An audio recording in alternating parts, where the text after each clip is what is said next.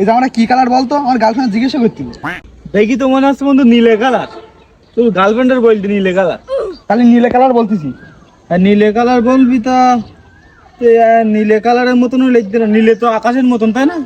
ওইটা তো নীল, তো ওরকম লিখতে না তো। তুই এক কাজ কর ভাই, চ্যাট জিবি আস না, ওই জায়গায় আমি তোর একটা ছবি তুলে দিচ্ছি, তুই শুন দেখ, তাহলে একই রেট কালার তোর বল দেবেন। তাহলে ভাই একটা ছবি তুলি দে, তাহলে দে তোর ফোনটা দে। এনে চ্যাট জিবির কাছে শুন দেখ। হ্যালো চ্যাট জিপিটি, এই কালারটার নাম কি? কালো কালার। কি বলা, এই কালো কালার কিভাবে হয়? তাই তো জিমিনি মনে হয় পাগল, তো তাই ভুল ভাল বইতে আর ভালো ভাই শুন দেখ। হে জিমিনি, এই জামাটার কালার কি?